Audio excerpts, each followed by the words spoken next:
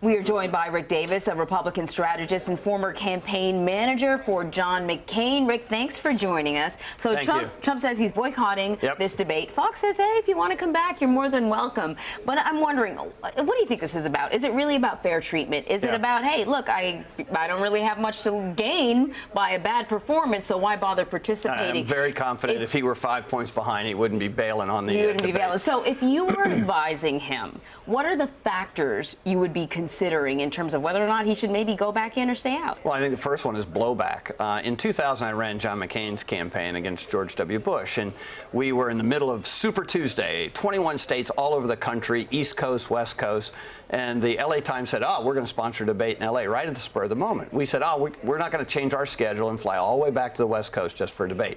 We got hammered. And so we wound up doing a remote debate, which was a disaster for the campaign. It looked bad, and we had to cave. We said no, and then we had to say yes. And the real question is, does he, a day from now, have enough heat, to be able to say, okay, I've got to do this? It's tomorrow. So I think this was a thought-out process. He doesn't want to debate if he doesn't have to. He knew that as a front runner, a week away from Iowa, he was going to get hammered on that stage. And his attitude is, why bother? I mean, this idea that it's got something to do with Megyn Kelly is ridiculous. He's just using her as a scapegoat like he did last time. What Fox needs to do is man up and say, we're for the process. Megyn's a part of that process. You got to fit into the process. We don't fit into the process. Does this play into the narrative? Obviously, he has been talking about the establishment and the need to go and get somebody who is outside of the machinery of the quote-unquote establishment. But this confrontation, taking on Fox News in particular in this way, wouldn't that have the potential to perhaps bring in some people who aren't already necessarily on his side? It's hard to tell. I mean, there are three lanes in this campaign. There's the outsider lane that he dominates. There's the movement conservative lane that I would say Ted Cruz dominates, which is more evangelical. And Cruz has been able to move up in the polls because of Carson's diminishing appeal. And then there's the what I would call establishment wing, which is occupied by 5 people. In those, you basically have 30, 30, 30, right? And with maybe 10% that moves across the board. I don't see Trump taking advantage of any of this unless it comes out of somebody. And the only person he's going to get votes from is Ted Cruz. And that's why you see that starting to fire up. And Cruz figured out that the only way he's going to start to grow, because he's taken all of the Carson vote already, is by starting to eat into the Trump base. And so I think that's the next show. And I think that's one of the reasons why Trump has decided not to go to this debate. Why give a free shot to Ted Cruz right before a primary? You talked about blowback when you were working with the McCain campaign, but this is a campaign season like none other. And maybe you'll say no two campaign seasons are alike.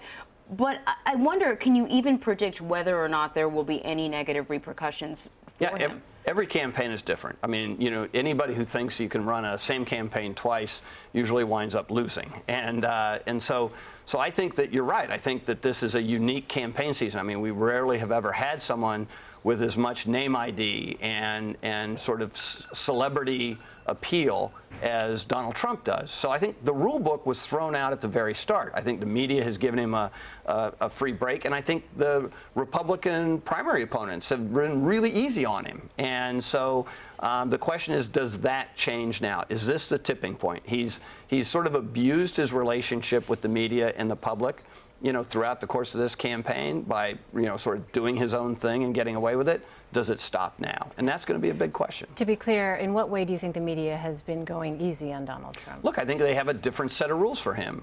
There's not a single candidate that I recall in the last 25 years who've been allowed to call into a Sunday talk show. Sunday talk shows, the staple of politics in Washington, where people tune in to see a more in-depth conversation with the candidate to test them out. And What does Donald Trump get away with? Phoning in. And why is that a doesn't problem? have to show up, doesn't have to prepare, his presentations in studio. They don't even let you pre-tape those shows if you're a regular candidate. You have to be in studio on Sunday. And Donald Trump has a different standard. And by the way, different standard for other TV shows like morning shows. And CBS has actually been, I think, the only network that's disciplined him and said, unless you show up, you can't come on. Yeah, and you say that's a problem because then he's not subject to the same intensity and the rigorousness necessarily as you might have when you're face to face with someone. Totally agree. I think that there has not been the scrutiny given to Donald Trump that historically is given to the front runner. Right? It's one thing to say, well, if you're third or fourth in the pack, we'll get around to you when you start to get hot.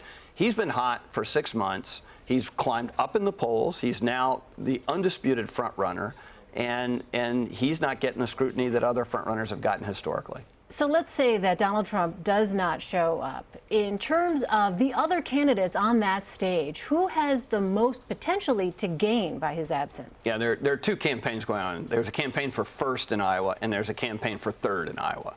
The campaign for first is between Donald Trump and Ted Cruz. So it's not like Trump's support, if it dwindles, is going to go to anybody in the mainstream. The mainstream candidates have to consolidate. That's the contest for third. Who is going to show up as the best one to challenge either Cruz or Trump or both? All right, Rick Davis, thank you so much. Thank you.